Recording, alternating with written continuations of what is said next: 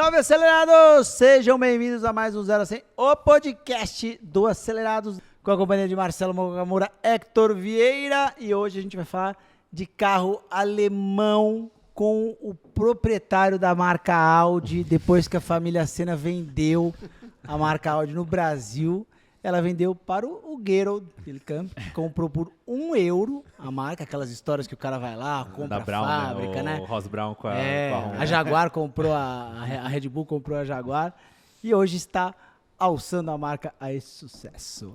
Gerold Pelekamp, novo diretor de comunicação e marketing da Audi. Tudo bem, Gerold? Olá, pessoal. Boa tarde a todos. Gostaria de ser Gostou? dono. Gostaria, né? Mas não é o caso ainda. Mas tenho bastante tempo dentro de casa. Me considero Exatamente. já como um ativo fixo ali da marca. Então, obrigado pela presença, obrigado pela oportunidade.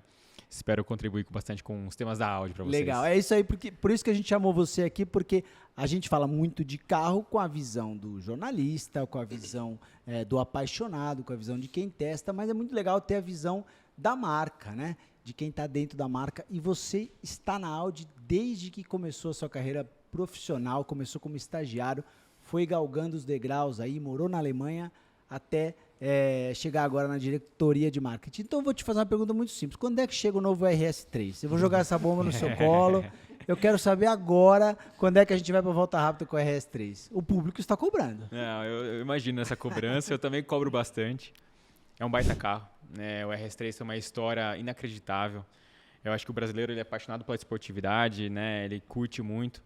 E o RS3 especificamente é um carro icônico no segmento, porque ele tem um motor 2.5 que, né, eu nem posso falar isso como marca, mas eu sei que acontece muito no mercado, que as pessoas chipam esse motor 2.5, que é um motor muito parrudo. E nem precisa, né? Nem precisa. Nossa, esse carro é animal. Mas eu sei que acontece isso e não recomendo que façam isso, porque não precisa exatamente.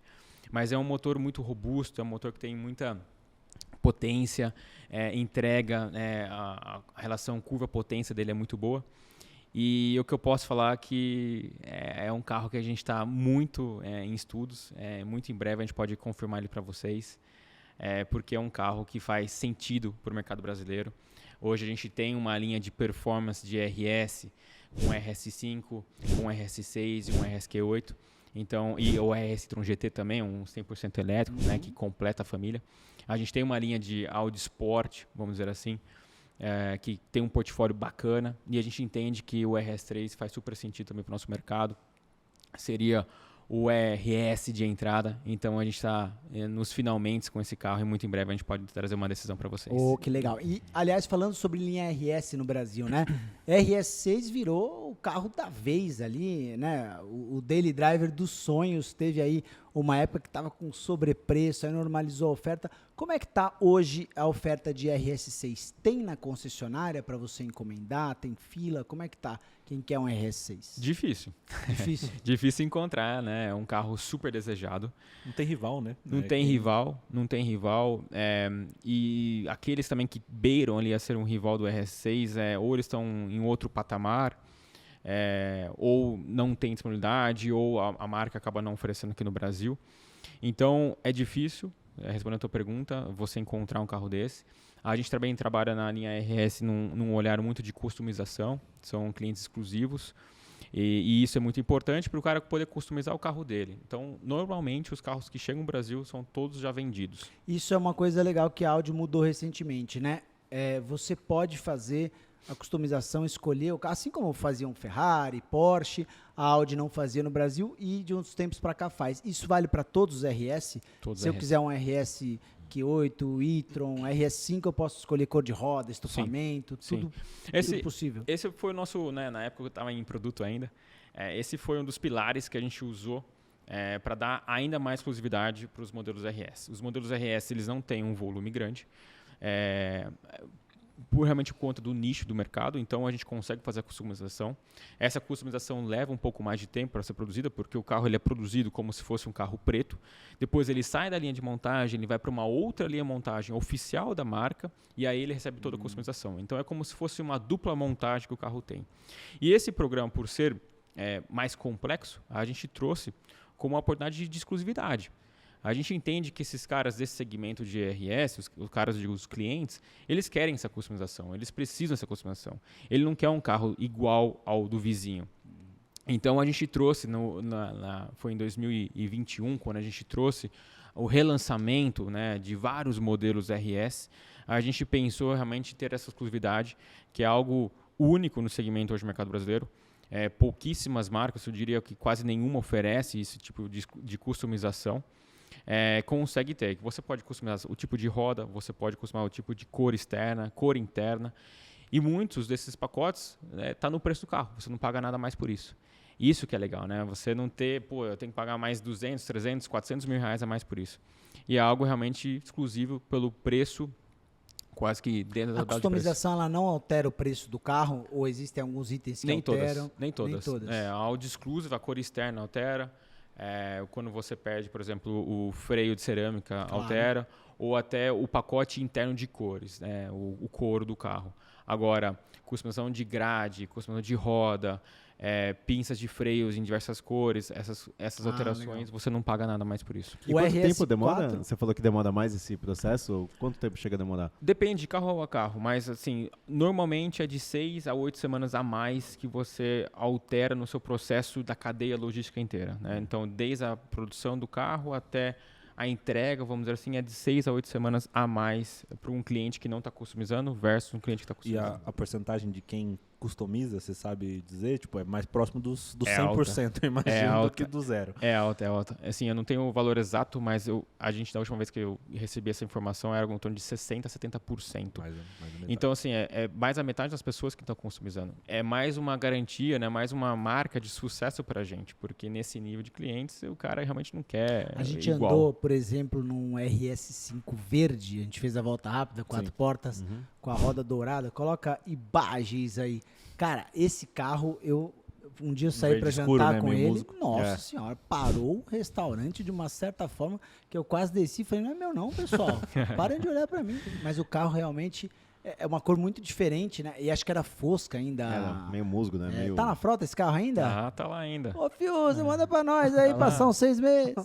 Tá lá sim. O carro é bonito, né, cara? Isso muito que é legal. Esse verde. Na nossa frota a gente costuma fazer isso, né? Junto com o meu time, a gente começa a definir o que é mais diferente do mercado. Eu costumo falar que a nossa frota é a nossa maior vitrine. Que a gente tem hoje é uma das maiores concessionárias, porque a gente tem uma frota relativamente grande para fazer esse tipo de eventos, prestar para vocês, jornalistas. E a gente realmente faz os carros mais exclusivos, os carros mais diferentes. Os caras de vendas não gostam tanto da gente, porque depois para vender é difícil, mas sempre tem um apaixonado. Imagina só uma roda dourada, Gerson, num carro normal. Não ia ficar legal. Agora num carro verde, num RS, ela combina super. E outra, às vezes é a coisa que o cliente mais conservador não vai ter coragem de fazer. Você como marca, você pode fazer, isso, né? Porque você não vai se preocupar na revenda, vai o seu showroom, basicamente, exatamente, aquele carro, né? Tá aparecendo em todos os canais automotivos. Então, RS6 preta com roda preta também. Poxa, bandidão, lindo. Coisas muito legais que vocês trouxeram. O Guerreiro, a gente falando ainda sobre linha RS. E a linha RS nos SUVs? A gente chegou a ter no Brasil o Q3, hoje não tem mais, hoje só tem o Q8, né? Como é que é a aceitação do público? Porque assim, a gente faz volta rápida de SUV esportivo, bomba. É impressionante o quanto tipo, a galera chegou nessa conclusão de que juntar um SUV e juntar um esportivo, algo que talvez ninguém nunca tenha pensado antes das marcas começarem a fazer, tipo, vende demais. Como é que é lá pra vocês isso daí? É algo também que tem uma aceitação enorme, né? A gente, por exemplo, RSQ8 é um grande exemplo. Você tem um SUV gigante, né, com uma performance de um super esportivo. Então a gente entende que isso faz sentido e fará mais sentido ainda para os futuros, né? Hoje o mercado brasileiro também tem uma tendência a ter mais SUVs. Então a gente vai, né, eu posso garantir para vocês que a gente vai ter cada vez mais lançamentos de SUVs e cada vez mais olhando também para o estado de esportividade. É algo que está já intrínseco dentro da gente. Teremos muitos RS e SUVs aí para frente no nosso lineup de portfólios. O RSQ8 é um dos exemplos e vamos ter mais lançamentos desse tipo eu tinha perguntado antes, o RS4 está no hiato, né? Vocês não estão trazendo agora ou tem também? RS4 não trazemos mais. Não. Ainda, acho que deve ter mudança de geração lá fora, né?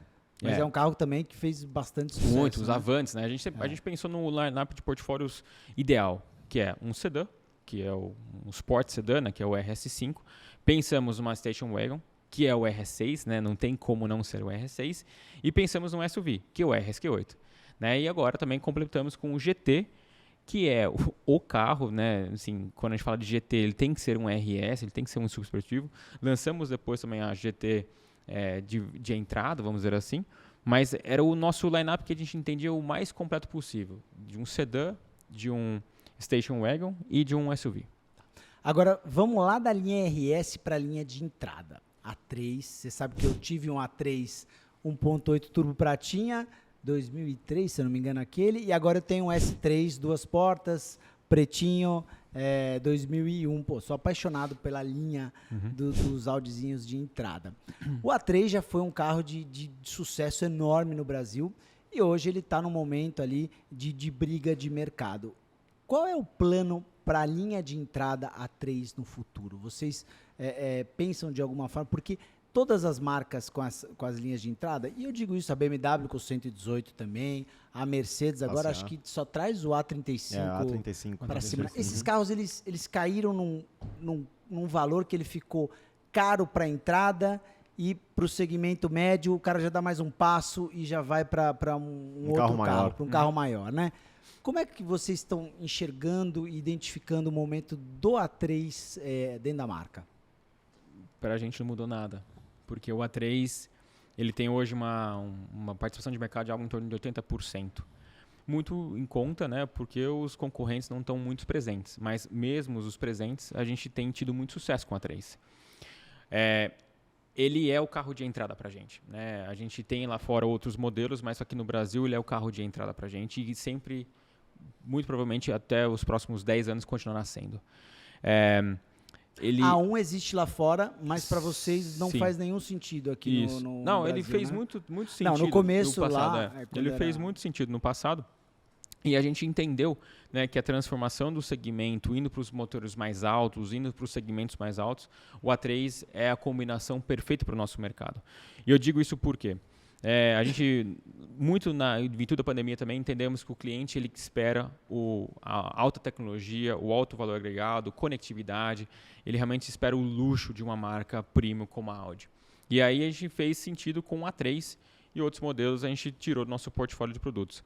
Mas o A3 ele continua para a gente sendo um carro muito importante, ele é líder de mercado, ele tem duas carrocerias, né, que é a sedã e a Sportback, que são muito representativas.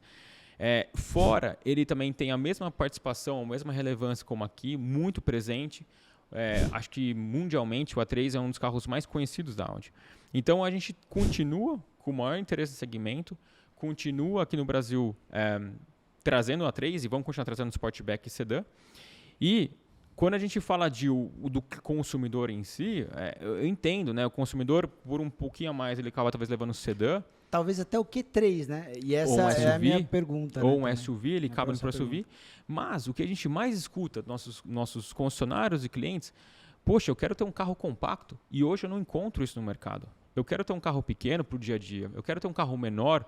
A minha família não é mais tão grande. Os filhos saíram de casa. Eu quero ter um carro menor para usar no dia a dia. Porque cadê meu A3 Sportback? E teve até um momento que faltou a A3 Sportback e a gente ouviu muitas críticas. Pô, queremos Sportback.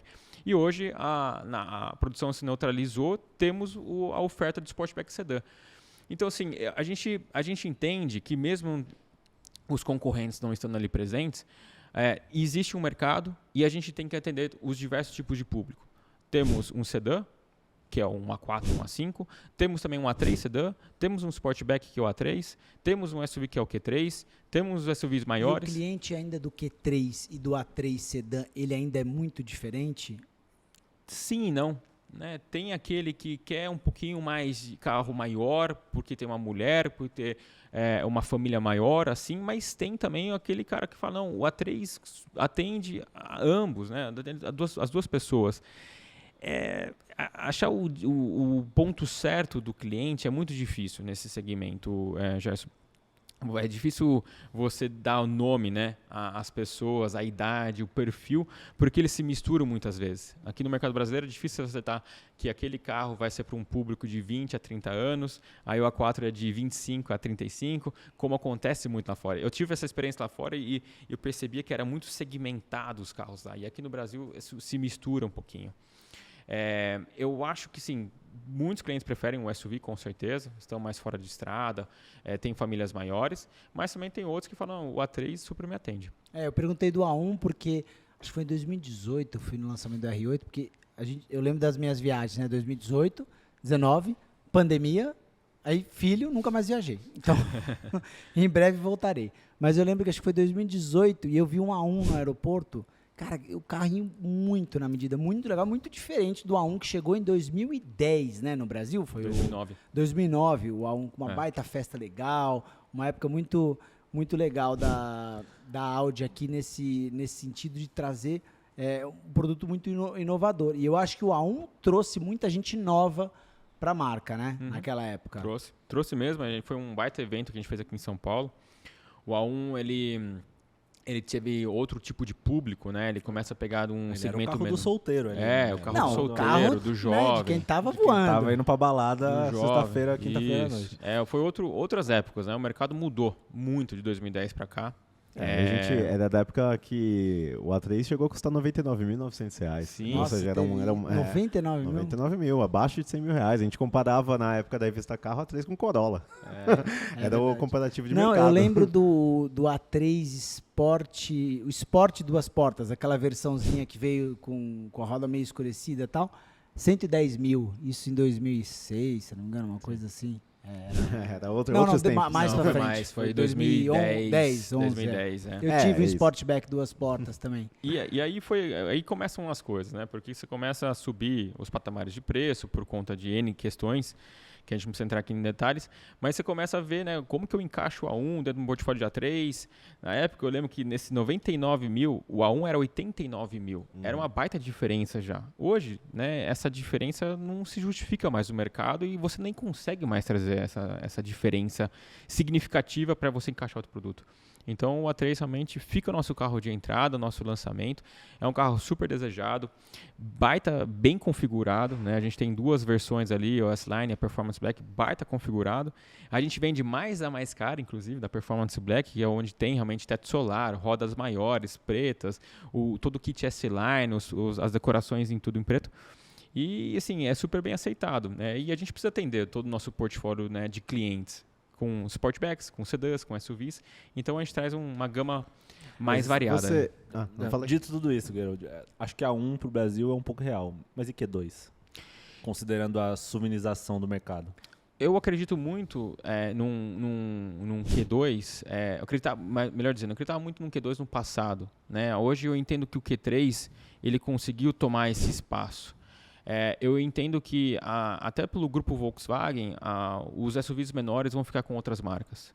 E os SUVs maiores vão ficar com nós, Audi, né?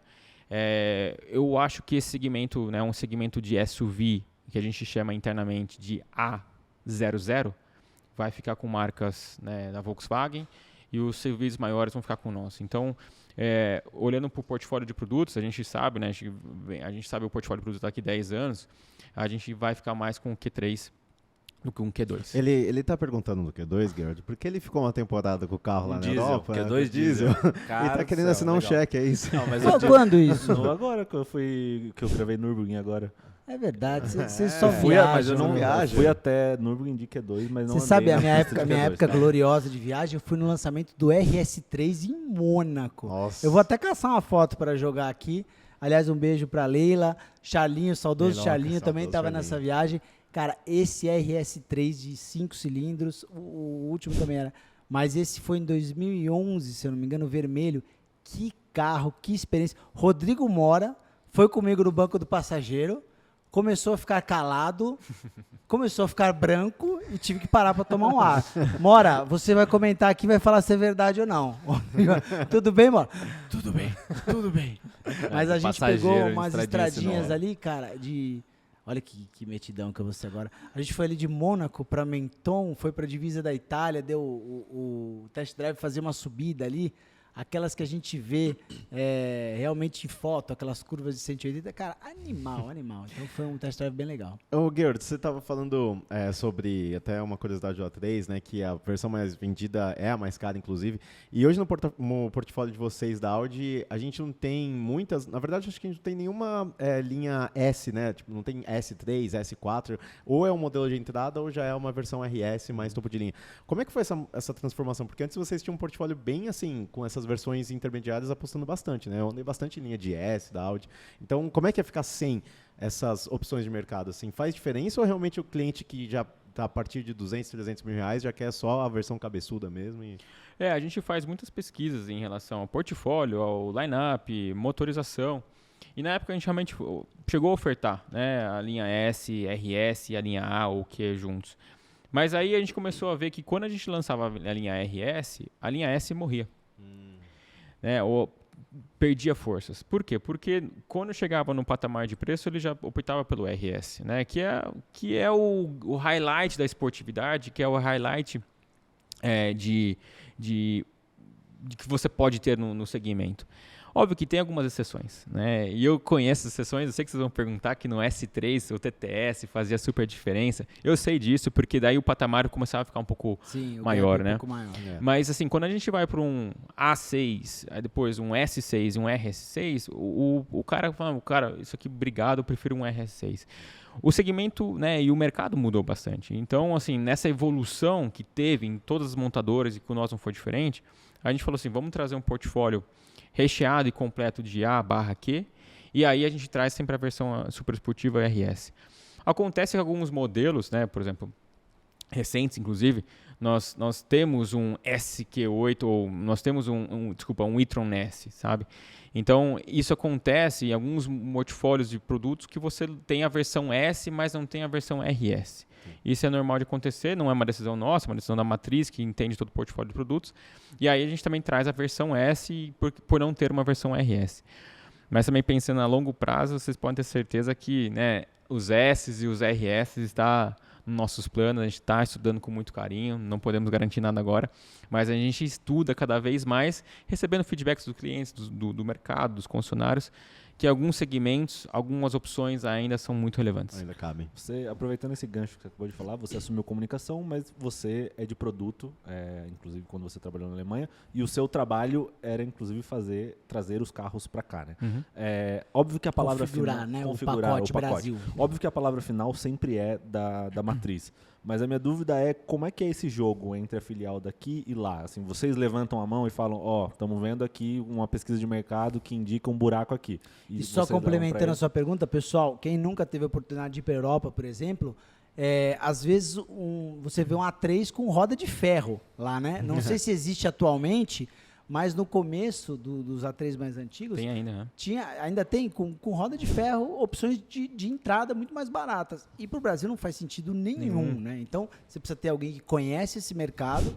Você fez esse trabalho morando lá, configurando o chamado pacote Brasil dos carros que viriam para cá, é isso? É isso. Existe, na verdade, uma área na empresa, chama marketing do produto. Né? E em outras empresas se chama trade marketing, enfim, tem outros nomes, mas lá na nossa é marketing do produto. O que essa área é responsável por fazer? Entender qual que é o nosso público que a gente quer atingir com esse carro, quais são os nossos competidores, quais são as nossas metas, qual o posicionamento de produto, de marca que a gente quer ter com aquele produto especificamente. E tendo o conhecimento dessas 4 faces, vamos dizer assim, a gente começa a montar o produto. O que é montar um produto? Né? O que é definir o pacote Brasil do carro? A Audi é uma empresa mundial e ela oferta produtos no mundo inteiro. Então ela tem que ter como se fosse uma prateleira, né? E o mercado vai lá e escolhe como que deve ser a configuração do carro Brasil.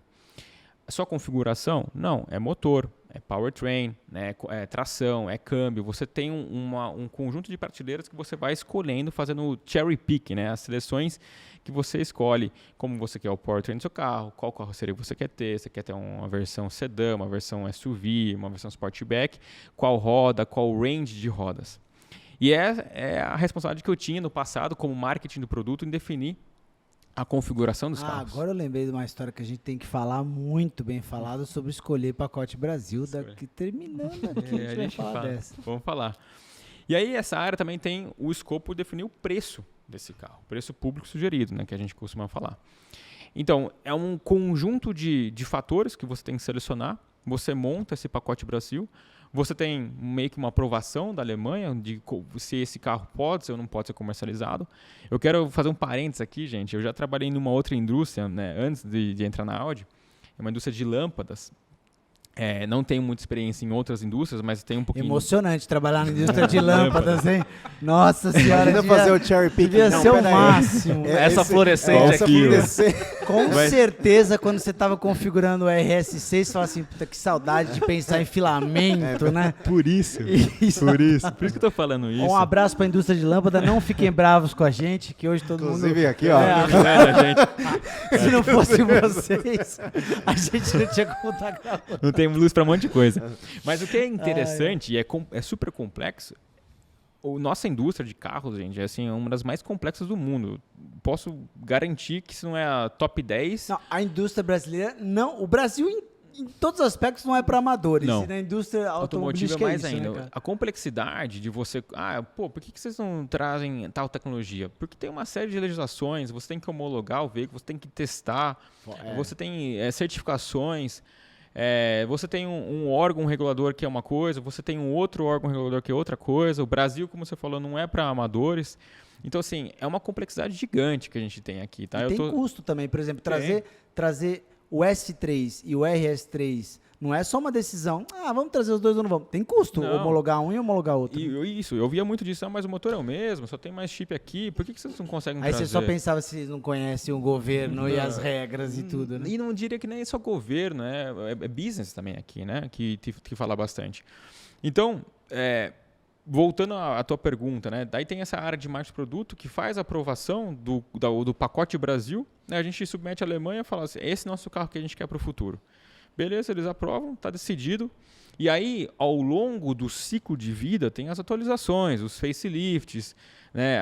Um ano ou outro a gente quer trocar uma roda. Então, todo esse processo de mudanças do produto passa, óbvio, pela submissão da nossa matriz, mas a gente tem autonomia e poder para decidir, eu quero esse carro, eu preciso dessa configuração. Aprovado, tendo um business por detrás, eles são... Mas isso, Guilherme, você está falando só da configuração ou a filial tem também a liberdade de escolher o modelo? Então, por exemplo, eu quero o TT-RS, eu quero o Audi Q8, eu quero ou só... Assim, essa é uma decisão estrita da matriz e a filial pode escolher apenas o pacote, se ela vai vir com a roda tal, com opcional tal? Tem ambos os lados, né? Falando de RS3, por exemplo, a gente está numa discussão com a matriz agora de fazer business, né? De entender como que a gente pode ofertar esse carro, qual que é o custo de desenvolver esse carro para o mercado brasileiro, quanto que a gente vai vender, qual que é o preço que a gente vai ofertar. Então tem uma história de business por detrás. Não é simplesmente fazer, eu quero esse carro e a matriz fala, né? Mas uma vez que ele está aprovado, a matriz concordou com o carro, o modelo em si, motor, carroceria e versão, aí sim entra o segundo passo, que é esse que eu mencionei. Como configurar o carro, né? Qual roda que a gente vai querer? Vai ser uma roda 20, uma roda 19? Qual o modelo de roda? Qual configuração? Qual versão? Vou ter duas versões? Banco esportivo, não esportivo? Aí você começa...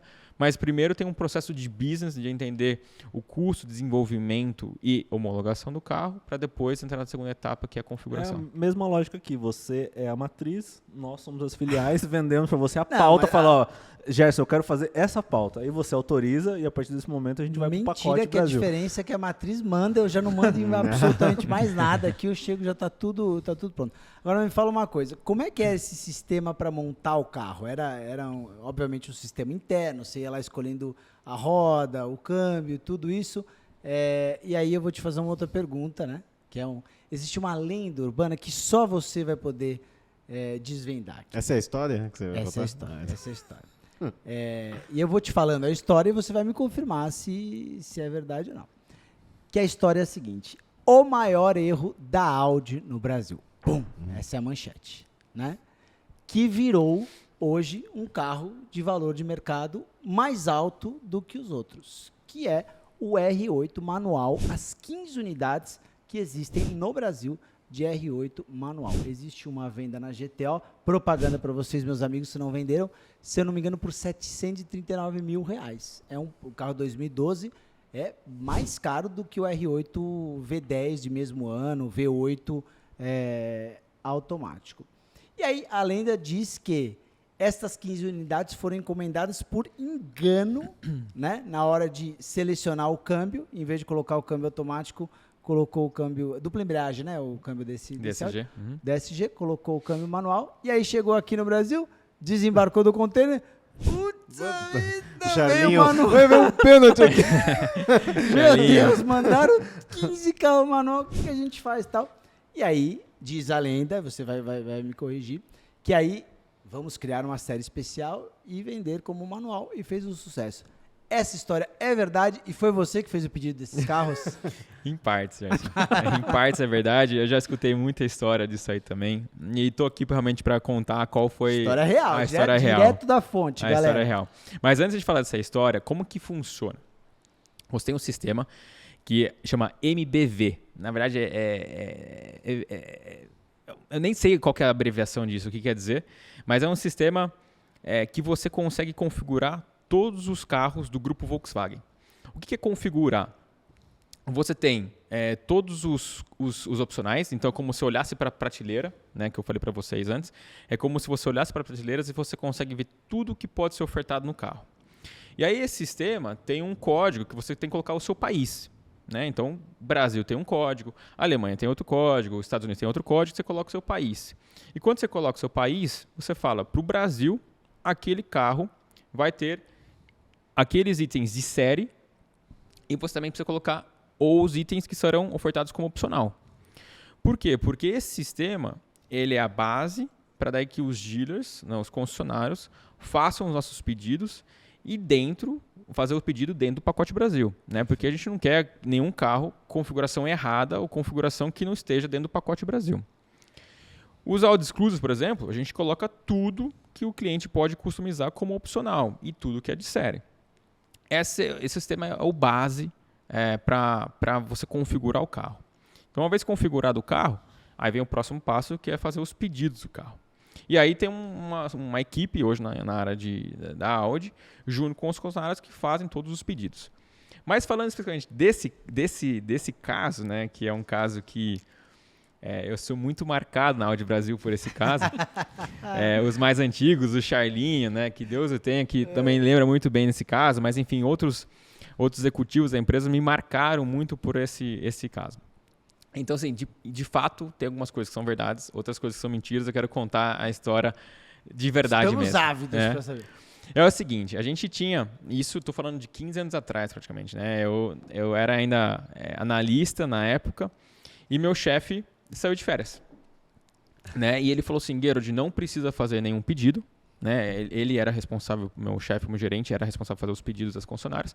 Não precisa fazer nenhum pedidos porque eu já fiz os pedidos dos próximos meses junto com os concessionários. E aí, só uma breve interrupção, vocês fazem o pedido e vai para a concessionária, é isso? Não, a concessionária mandava, olha, eu quero um tal carro nessa configuração e ele, na época, fazia os pedidos. Hoje já é um processo automático, tá? O dealer coloca no próprio sistema dele, já derruba direto para a fábrica. Então, na época não tinha essa interligação, eles mandavam para a gente mandava para a matriz. Hoje já existe uma interligação de dealer direto com matriz, tá?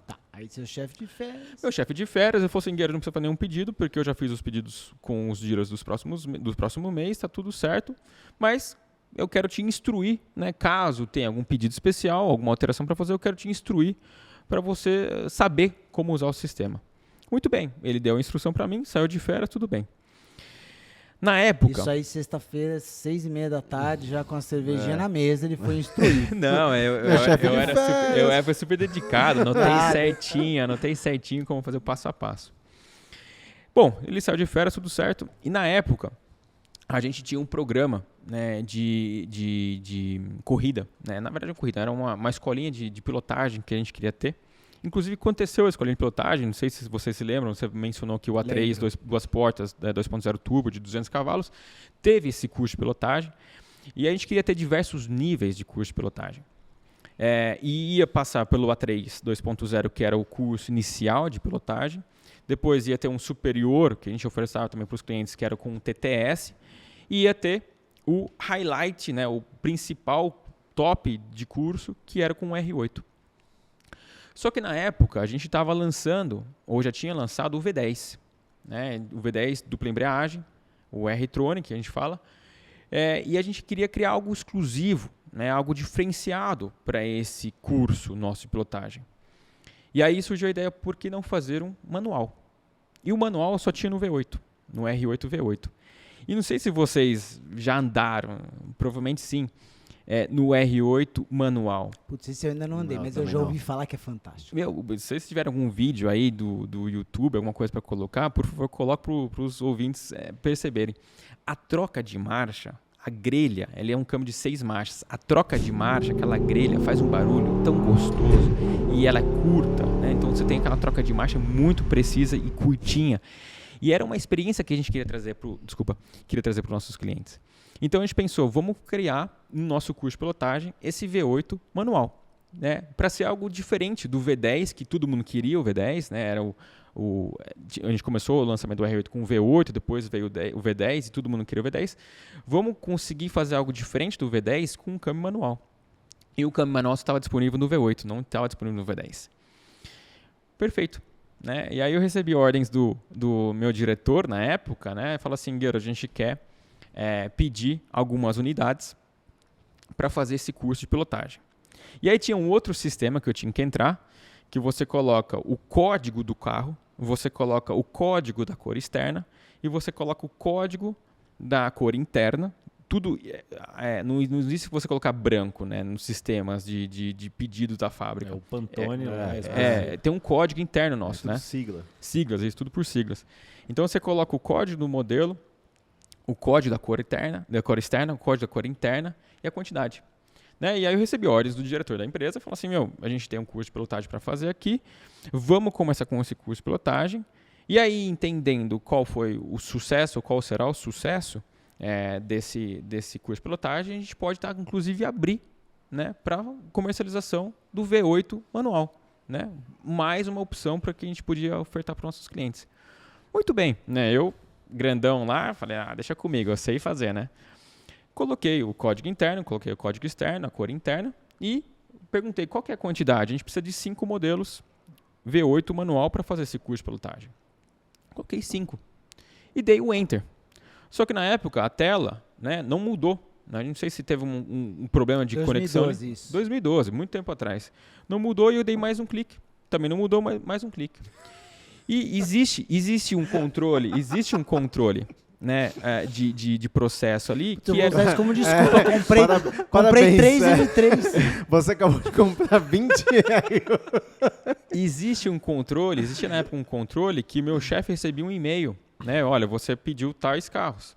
E na época, como eram 5, na quantidade eu coloquei 5. Né? E eram todos brancos, que a gente precisava para o curso de pilotagem, todos brancos. E quando eu dei 2 cliques a mais, veio 15 unidades. Só que eu, como estava ali montando, eu não vi, né, que realmente tinha processado. E isso é muito legal da indústria automotiva. Apesar de ser super complexa, quando você faz um pedido, ele é instantâneo, online. Isso foi numa segunda-feira. Terça-feira. E meu chefe voltava na outra semana, sexta-feira.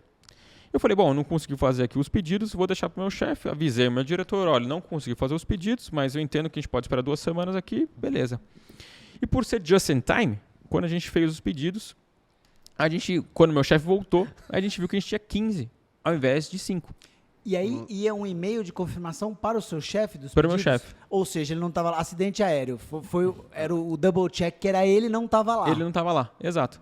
E aí veio 15 unidades. Aí a hora que ele abriu o e-mail dele voltando de férias... 70 e-mails. 15 pedido de R8. R8. Mas, sim, gente, a gente entendeu na hora, né? Óbvio que bateu um desespero, porque a gente queria 5 E não pra tinha fazer. como voltar atrás? Não, porque as peças é just in time, né? Você começa a configuração de peças. Inclusive, alguns carros, 2 semanas depois, já tinham sido produzidos. Ligou pro Hans lá e falou, ih, o cara olhou, tô olhando Liga pra pro eles Heinz, aqui, ó. Já tá Vamos ver se eu consigo mandar pro Vietnã algumas unidades de... Mas foi aí que a gente sentou e falou assim, gente, a gente tem algo super exclusivo aqui na mão para fazer. E aí, realmente, fizemos uma customização. Chamamos grandes empresas para trabalhar com a gente, porque, na verdade, qual que era a nossa intenção? Colocar 5 carros para o curso de pilotagem e os outros carros, a gente tinha uma cota de 15 carros alinhados com a Alemanha. Entendi. E os outros carros, o cliente ia, eu quero um V8 manual, porque eu tenho, né, desculpa a palavra, tesão por dirigir um carro manual, eu quero comprar um manual, eu quero customizar, quero uma outra cor, quero um azul, um cinza, um preto. E a gente, no curso de pilotagem, ia ser todos brancos. Acabaram que vindo todos 15 brancos, né? E a gente queria só 5.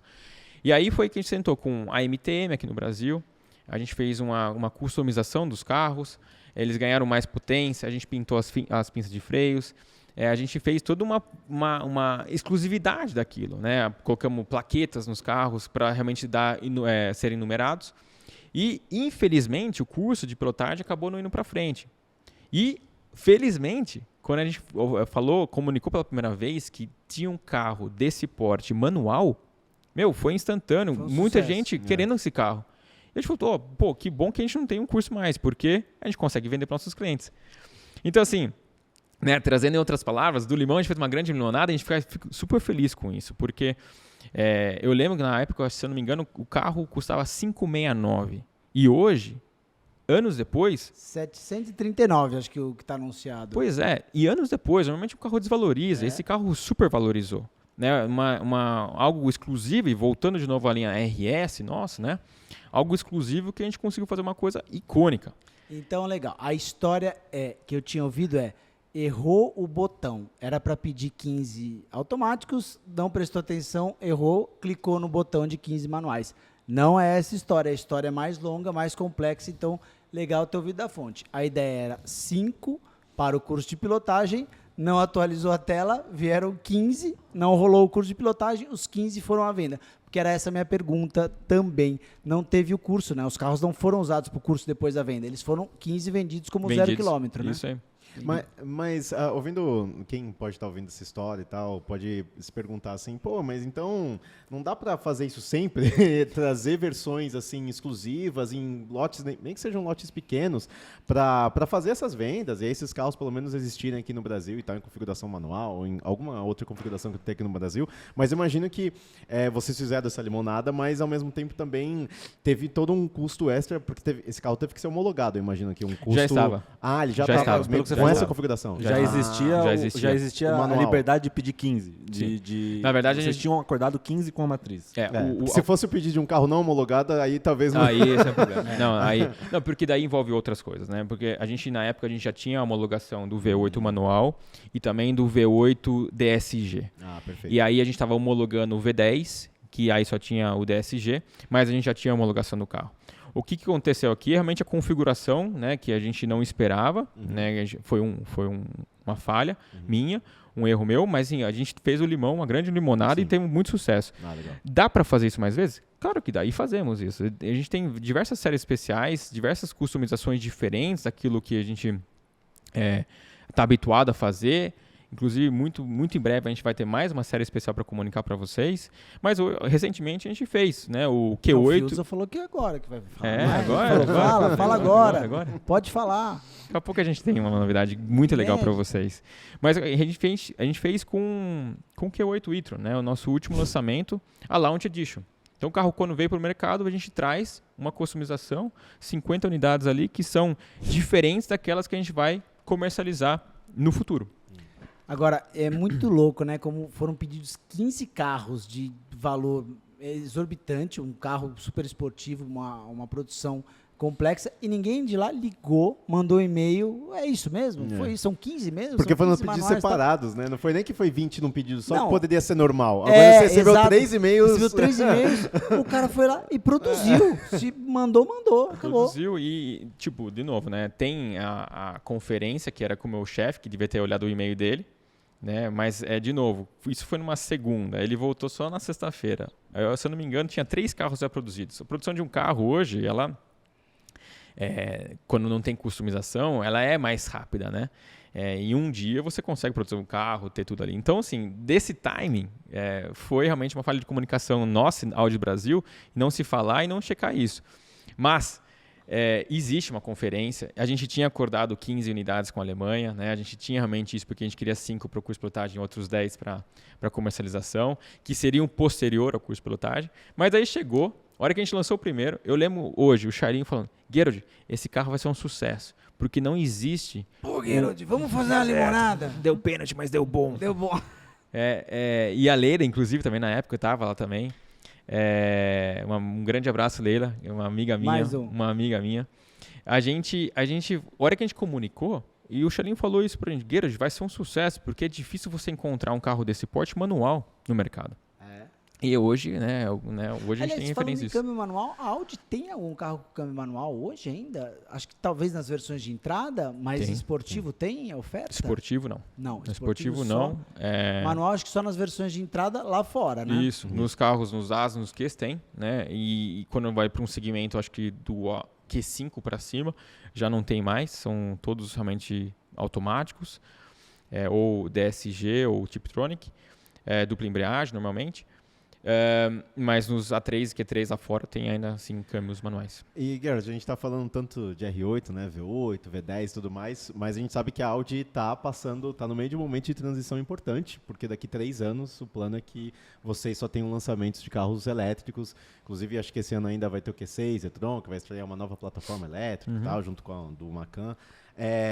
Pensando nessa perspectiva, já que agora você é diretor de comunicação, você já está pensando como é que vai ser o desafio de você começar a comunicar que R8 vai ser elétrico, as próximas gerações de RS também provavelmente vão ser elétricas, não vai ter mais V8, V6. Como é que vocês estão se preparando para isso, assim, para essa transição? Sinceramente, eu acho que não precisa de muito preparo, porque a gente a gente sabe dos nossos próximos 10 anos de lançamento de carro. E o que eu posso garantir para vocês, gente, assim, sem sombra de dúvidas, vai ser eletrizante, né? E eletrizante não do ponto de vista só de carro elétrico, mas vai ser animal, porque a gente vai ter o melhor dos dois mundos.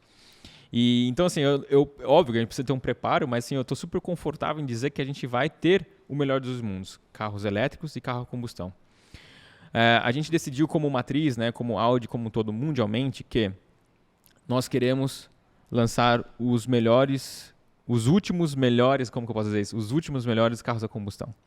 Então, os últimos carros a combustão serão os melhores já feitos pela Audi. Por que isso? Porque a empresa quer se tornar neutra, né, em carbono, e um dos pilares para se tornar neutra em carbono é transformação de carros a combustão a carros elétricos. Porém, até que a gente tenha um portfólio 100% elétrico, nós iremos lançar os melhores a combustão. E como que vai funcionar tudo isso? Então, a partir de 2025, a gente só vai lançar carros elétricos. E, a partir de 2033, a gente só vai comercializar carros elétricos. Então, vai ter um momento onde a gente vai ter carros elétricos e carros a combustão, ambos rodando junto. Vou dar um exemplo disso.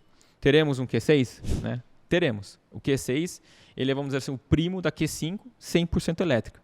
E a Q5 também vai existir com motor a combustão. Híbrido, não híbrido, isso está ainda em definição, mas ela vai ter o combustão e vai também ter um modelo, um par 100% elétrico. E a gente quer fazer isso ao longo dos próximos anos, lançando os carros a combustão, o melhor deles, e também lançando os carros elétricos. E eu estou seguro para falar que vai ser animal. Eu tenho um palpite em relação às marcas. Por exemplo, a Mini também anunciou que só vai vender elétricos, a Volvo já anunciou, acho que a Volvo é que está mais adiantada nisso.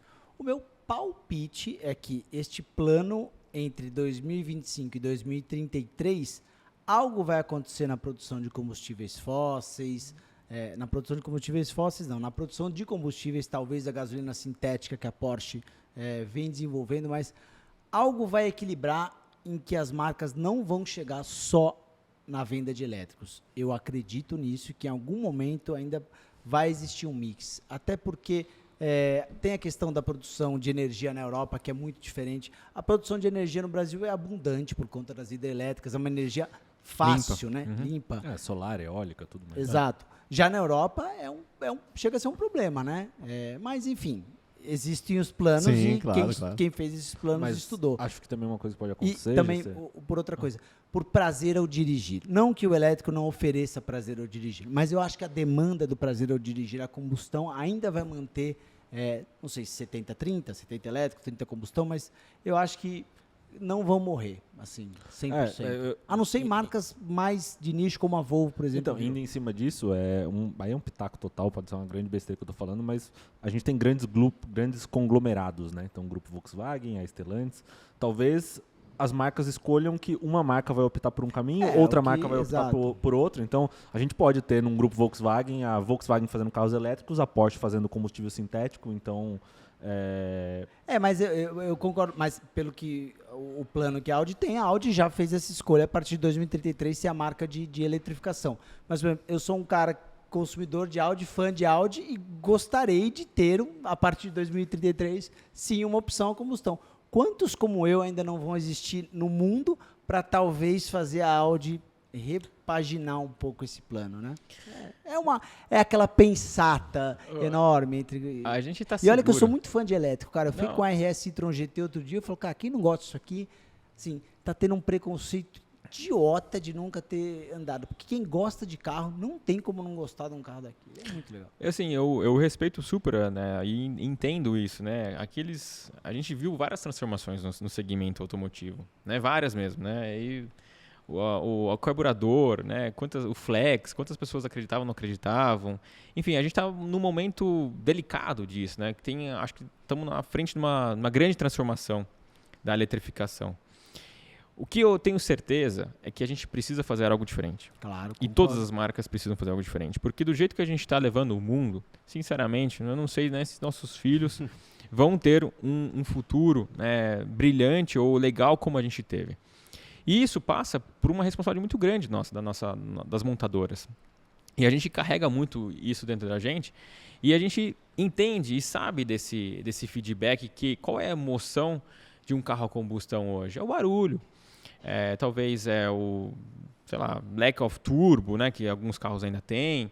Enfim, algumas coisas que são diferenciais. Mas isso, Gerson, eu acho que tem uma construção, e eu acredito super na evolução da indústria automotiva nesse sentido, de criar essa experiência também em carros elétricos. O barulho é algo assim que também eu gostaria de ter.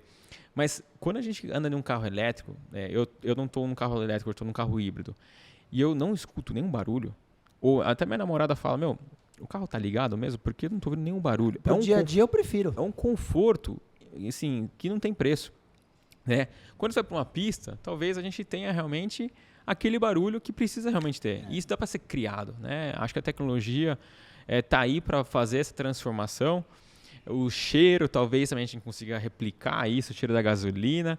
Então, assim, eu acredito muito na transformação. Agora, o que eu tenho certeza, a gente precisa fazer algo diferente para a indústria automotiva continuar avançando, para a gente construir um mundo melhor. Acho que o Brasil tem muito significado e muita força quando a gente fala de energia limpa, porque isso realmente é algo que lá em outros países você não tem. Você tem a energia vindo do carvão, que também é prejudicial, mas no Brasil a energia limpa combina super com a eletrificação. Eu não estou falando só de carro elétrico, tá? Estou falando de eletrificação ou carros eletrificados. Então, eu acredito muito nesse potencial da Audi aqui no mercado brasileiro. Eu acho que você não pode nem colocar o adesivo dane-se Greta, para não falar, né, o que a galera coloca lá, porque eu acho que aí você está sendo radical demais, né? E você também não pode nem pintar o mundo cor-de-rosa, onde você só vai ter elétrico e tal. Acho que existe um meio termo. A gente gosta muito de carro e dá pra ter as duas coisas. Você falou no dia a dia. Eu também tenho um híbrido e a minha velocidade média no computador de bordo é 26 km por hora. Eu prefiro muito mais andar no elétrico. Para que eu quero um carro que faça um super barulho, uau, me instigue para fazer assim, ó. Cara, nesse caso o elétrico é muito melhor do que ficar andando em primeira e segunda dentro da cidade. Então, você tem vários nichos aí, né? Exatamente. Agora, o RS3 já tem a data? Ainda não? Como é que é? Nota aí, se eu falar do lançamento dele, eu vou ter que matar vocês três. Não quero Mas, isso. O mercado tá agitado nessa faixa onde o RS3 viria, né? Porque agora com o Type R, o Corolla, o GR Corolla, enfim, são carros que estão orbitando aí. Quanto custa? Ele não precisa participar dessa conversa. Quanto custaria um RS3 hoje aqui? Na faixa de uns 500 mil. Eu fiz essa conta com o Bola esses dias de 10 reais. Pegar vezes 9, pegar o preço do carro nos Estados Unidos. A gente falou e fazer disso vezes 10, quadro, né? Fazer, Deixa eu... Vamos ver que o preço que vocês chegaram. vamos ver. Chegaria a 498, 800 para não bater 500. Hoje é 420 o Type R, 400 e pouco. Com certeza ele é mais 450 caro do GR, que um sim, Type sim. R. e do O que A45 deve estar beirando os 500. Bom, Não, o A45 já passou de 500. já. É verdade, o A45 é a boa. Se eu não me enganado, 600 alguma coisa. O A45 já tá 600? O 35 tá ali na casa dos 400 e pouco. Nossa, 600 é Audi. Tá puxado. Se é pra trazer por 600... Eu não consigo configurar esse negócio. Ajuda a gente agora. Mais uma pergunta jornalística aqui, tá? A gente fala de... Com certeza 500, você falou ó, Daniel Teles. Quantos tá? em dólares? 61.700 começa nos Estados Unidos. 61.700 Então dólares seria começa no... 610 mil. Dá mais ou menos 555 mil no dólar na cotação de hoje. Vezes 9. Esse consumidor da Audi, a gente sempre pinta ali. O consumidor da Mercedes é um consumidor mais conservador, que tem mais ligado à tradição. O da BMW busca aquela esportividade. Quem é o consumidor da Audi? Se você puder resumir em uma palavra, o foco dele é mais a tecnologia, digamos que o da BMW é mais esportividade, da Mercedes é mais a tradição. Quem é esse personagem que entra na concessionária Audi hoje? São diversos, mas o que ele mais busca na Audi é design e tecnologia. Design e tecnologia. O nosso slogan, né, é Forschung durch Technik. Nossa, agora ele gastou uma dúvida que a gente teve os aqui. 2 anos de engostado dele. Você morou- Foram gastos agora. Você morou 3 anos, 2 anos e pouco em Ingolstadt. E Ingolstadt foram 3. 3 anos. É English. Você é tá? Ingolstadt. fluente em alemão? Sou. Ou mas Sou. tipo, já era ou ficou quando lá? Porque, Já era. puta, cara, eu imagino que pra Nossa. ser fluente em alemão vai uns 10 anos aí. Toda essa ideia que a gente trocou aqui, você faria em alemão de boassa? Faria. Nossa. Mas, De boassa. De boassa. Mas sabe, tem uma história legal minha, pessoal, que eu morei quando era criança na Alemanha, meu pai trabalhou lá também, então dos 3 até os 8 eu fui alfabetizado em alemão, fiquei 5 anos lá, o que ajudou bastante. Mas uma história legal também minha pessoal, e acho que tem muitos, talvez, ex-colegas que estão me ouvindo, quando depois eu voltei para o Brasil, eu continuei numa escola alemã, e depois eu fui fazer faculdade na FEI, em São Bernardo. Né? Eu queria muito fazer engenharia automobilística e fui para a FEI. E aí lá, eu cheguei para minha mãe, um belo dia, eu falei, mãe, eu quero fazer aula de alemão. Ela falou, você tá louco, eu paguei muito tempo para você, escola particular, imagine fazer aula de alemão. E aí eu falei, não, mãe, eu quero fazer aula de alemão. Eu quero porque eu preciso melhorar, porque eu quero ser um engenheiro. E eu acredito muito que o alemão vai ser um argumento, né, uma vantagem minha importante. E na hora eu fui fazer, na escola que tinha na faculdade, eu fui fazer um curso para ver em qual nível eu me encaixaria. E aí a professora me falou, bom, você foi tão bem, por que você não vai dar aula de alemão? Olha. Nossa. E aí eu comecei a dar aula de alemão. Foi meu primeiro trabalho, né, como professor de alemão na Legal. escolinha que tinha dentro da faculdade. E eu falava para meus alunos, alemão é tão difícil, mas tão difícil, que aqui vocês vão aprender comigo o básico. A não ser que você seja uma pessoa muito dedicada, que muito vontade, né? Mas você vai aprender o básico. E realmente você vai aprender alemão morando na Alemanha. E foi nesses últimos 3 anos que eu morei na Alemanha como Audi daí, que realmente melhorou muito o meu alemão. Porque daí você, quando era criança, não tinha o business, né? O alemão realmente de negócio. Era mais o alemão do dia a dia. E quando eu morei lá, realmente foi o alemão de negócio. E meu alemão deslanchou realmente, mas na época, assim, há uns 5 anos atrás eu não faria essa reunião hoje, essa conversa hoje em alemão, mas hoje já dá pra fazer. A gente vai voltar no slogan ainda, mas você acha que para quem está nos assistindo e quer trabalhar na área, alemão é tão importante quanto o inglês, principalmente se for para essa área das marcas alemãs? Assim, te abriu muitas portas falar alemão? Me abriu muitas portas, eu não acho que é tão importante, eu acho que hoje o inglês é a língua mundial, né? É o que você tem que ter para trabalhar numa montadora.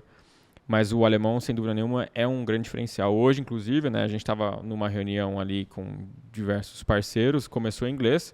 Do nada, o alemão ele troca pro alemão. Né? Ele tem uma certa dificuldade ali, isso óbvio, entre nós aqui, mas ele tem uma dificuldade que, de repente, ele muda pro alemão. É como se a gente estivesse fazendo uma reunião agora em inglês e tivesse alguns americanos, sei lá, alguns ingleses aqui com a gente, e do nada a gente tem que fazer um assunto, o que a gente faz? Fala em português. Então, isso também é natural para eles. E aí o alemão é um grande diferencial, mas não é porque você não tem o alemão que você não pode trabalhar na Audi. E também é importante usar o Grecin Gold que ele usa aqui no cabelo e na barba, né? Pra ficar aí mais Incorporar o alemão de pra cabo a incorporar o rabo. alemão, né? Eu sou itatibense, brasileiro nato, eu defendo esse país com muito orgulho. Me considero muito mais brasileiro do que alemão. Que legal. Mesmo tendo nome alemão, descendência. Mas tudo mais. voltando só no assunto que a gente tava falando, design e tecnologia, o slogan é... Não, peraí, eu vou falar o slogan e ele vai falar de... Eu li como Vorsprung. Como é que é? Vorsprung. Vorsprung. Nossa. O V Que tem som de F. Que significa... qual é o significado? mesmo? Vanguarda. Vanguarda. Vanguarda, Isso, vanguarda, você fala. a vanguarda Vanguarda pela pela tecnologia, né? Ah, Então, tá vendo? Vorsprung, 2 Technik, né? Technik é técnica, então é a vanguarda pela tecnologia. Esse é o nosso grande slogan, né? Uma coisa que a gente defende muito dentro da Audi, que a gente procura trazer as novas tecnologias antes, né, dos nossos concorrentes. Então a gente trabalha muito nisso. Eu acredito muito que o nosso cliente está buscando no Audi tecnologia, e temos diversas tecnologias, acho que são memoráveis na história da Audi, a tração 4, o câmbio dupla embreagem, os LEDs, né, uma coisa que a gente está falando de iluminação, a gente falou agora recentemente, a iluminação da Audi foi algo, e é algo, que chama muita atenção, e muito pelo design, Gerson. Acho que o design da marca é algo muito diferenciado. Lembro também aqui carros marcantes, o A5, o Sportback, quando esse carro foi lançado. Cara, na verdade, o A5 eu acho um dos carros mais bonitos do mundo. Com certeza. no mundo. O RS5, o primeiro RS5, eu acho maravilhoso. Inclusive, lançamos na versão coupé no passado, era um carro icônico. A gente primeiro conseguiu RS5 coupé. fazer de um sedã um baita coupézão. Depois veio o A7, o Q8, agora o Q3 Sportback. Enfim, a gente tem uma tendência de design muito forte. Eu agradeço todo dia por ter um design que se chama Mark Lichter, um alemão, que ele desenha assim, com maestria. E ele tá há nos carros. quantos anos na Audi? Cara, essa é uma boa pergunta. Ele é antigo, mas ele é uma boa pergunta, tá mas muito ele é o bom. head design nosso, né? E inclusive preciso mandar um outro abraço pro Maurício, que trabalha no time dele, um brasileiro que está lá na Alemanha, Legal. desenha nossos carros. Ele inclusive desenhou o Q8.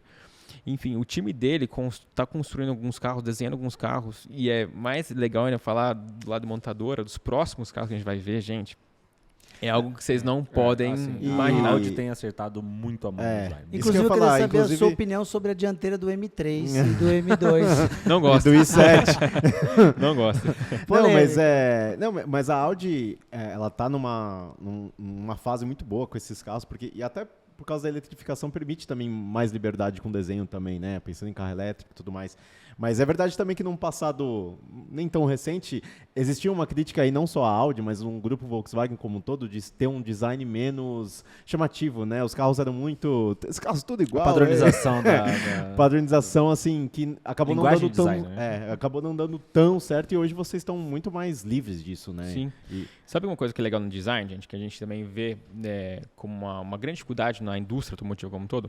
É você criar um carro bonito e que seja atemporal. E eu vou mencionar um carro que vocês vão concordar comigo. O primeiro TT. O primeiro TT é legal. O primeiro TT. Ele é um carro que foi feito, se eu não me engano, em 95, lançado em 95. E até hoje, onde ele passa, ele é super marcante, ele é super chamativo. Ou seja, essa é a grande dificuldade dos designers hoje no segmento, que você construir um carro bonito que seja temporal, que não perca valor lá na frente. E tem muitos carros, né, inclusive dentro da Audi, que só fala, cara, o design dele hoje não é mais atualizado. Por quê? Porque é um carro já antigo. Mas hoje o que eu consigo ver muito no nosso portfólio de produtos é que o carro, ele bonito, ele continua sendo muito atemporal. Ou seja, daqui 5, 6, 7, 8, 9, 10 anos, ele continua tendo traços muito bacanas. Sim. Né? E óbvio que o dia a dia nosso é lançar cada vez carros mais bonitos, carros mais atualizados. Mas eu vejo que outras montadoras lançam aquelas coisas que você fala, é muito diferente do que a gente está acostumado. E ele acaba sendo bonito, mas agora vezes, perguntando feio por sério, porque você entrou e você falou, você não gostou da dianteira do M3, por exemplo? Não, a dianteira do M3, no começo, eu achei diferente demais. Aquela boca muito esticada. Hoje você começa a se acostumar um pouquinho. Agora, outros modelos que eles lançaram recentemente, eu não gosto, particularmente não Eu já acho... cheguei à conclusão de que eu não gosto da dianteira do M3, mas eu gosto do resto do carro, e o carro é muito bom, ele não precisa nem ser tão bonito. Agora, o M2 me surpreendeu pessoalmente, eu não tinha gostado em foto, pessoalmente ele é mais... Agora, por exemplo, a BMW seguiu uma linha onde os carros não se parecem em nada, você pegar a uma grade série da M3 com outra. da M2, Não tem absolutamente nada a ver, né? A Audi já teve essa época onde eles eram parecidos demais, acho que hoje encontrou uma medida ali de ter... Isso. Eu estava lendo uma matéria justamente sobre o M2, de um designer, falando que hoje em dia o design, né, das montadoras, eles têm tantos obrigatoriedades que eles têm que atender, tanto de legislação de proteção, de enfim, acidente e tudo mais, aerodinâmica, é tão constrito, né, assim, as possibilidades, que muitas montadoras apostam em visuais que choquem mesmo, que mesmo que eles sabem, não, esse carro, muita gente vai achar feio, mas eles vão achar feio de uma maneira tão chocante que é melhor você chocar e causar um burburinho na mídia, né? Ter um espaço na mídia do que fazer um carro, assim... Atípico. Entediante, sabe? Que não causa impacto. Porque pelo menos você, com o impacto, você tem uma reação, enfim. Sim, então, sim. é difícil você equilibrar isso, né? Você falou uma história muito legal que eu também vivi na Alemanha, num carro que a gente vai lançar ainda, não posso falar, mas é um carro bacaníssimo. Inclusive com esse Maurício, que é um designer brasileiro que mora lá, a gente estava desenvolvendo o carro e a gente pensou muito na lateral de porta. Lateral de porta, olha só. Pra gente é uma coisa simples, né? Pra gente, o consumidor, o que funciona a lateral de porta? É um revestimento que você pode apoiar o braço, que você tem alguns controles ali, certo? É muito mais do que isso. Você tem no revestimento de porta, você tem colisão de impacto, você tem proteção para que os impactos, ou quando você tem uma colisão, não venham para dentro do carro. Então você tem que ter uma resistência de materiais. Você tem que ter o conforto. Você tem que ter ergonomia, porque não adianta ser um apoio que você não sinta confortável. Você tem que ter ajustes, comandos elétricos, posicionamento de caixa de som. Então, assim, até dentro da marca da Audi, a gente tem, acho que 3 ou 4 níveis de potência de som. E a potência do som é o tamanho do alto-falante. Então, como você encaixa o alto-falante? Como você faz a ergonomia? Como você faz a proteção? E o Maurício, a gente estava junto no projeto desenvolvendo e vendo quais são as best practices, as melhores práticas de mercado. Por que eu te falo as melhores práticas? O consumidor americano, ele está acostumado a andar com aquelas garrafonas de água, aquelas garrafonas de café. E ele precisa ter um porta-copos maior do que um outro tipo de consumidor. Então você tem que ter ergonomia, espaço, comandos, proteção. É algo tão difícil, é exatamente o que você falou. Talvez, né, e de novo, eu não gosto da grade da M3, mas a traseira eu acho um carro bonito. Legal. Na lateral, o interior dele é bonito. Mas você tem tantas regulamentações, exigências, perfil de consumidor diferente e é super difícil de atender todos eles. Então, algumas vezes, você tem que também ter, né, esse lance de lançar algo disruptivo para começar a acostumar um cliente de uma tendência. E isso não acontece, eu imagino que não acontece só para coisas feias, mas também acontece para coisas bonitas. Você lançar os próximos modelos, né, os Spheres que a gente lançou recentemente, são 4 modelos, mostrando para o consumidor agora quais são as tendências de futuro, de mobilidade realmente futura, que é carro elétrico, que é carro autônomo, que é carro conceito, né, que a gente fala muitos carros conceitos, que você tem que lançar agora para ver a aceitação dele. E a gente trabalha muito bem isso, que é lançar os carros conceitos do futuro para ver a aceitação, para ver qual que é a melhor tecnologia, e essas tecnologias elas vão sendo inseridas em cada um dos modelos. Isso é um trabalho de formiguinha que você tem que fazer ao longo dos anos. Imagino. Gerold, obrigado demais pela tua participação, pela tua presença, muito legal, muito enriquecedor, e eu quero saber nos comentários quanto tem que custar o RS3.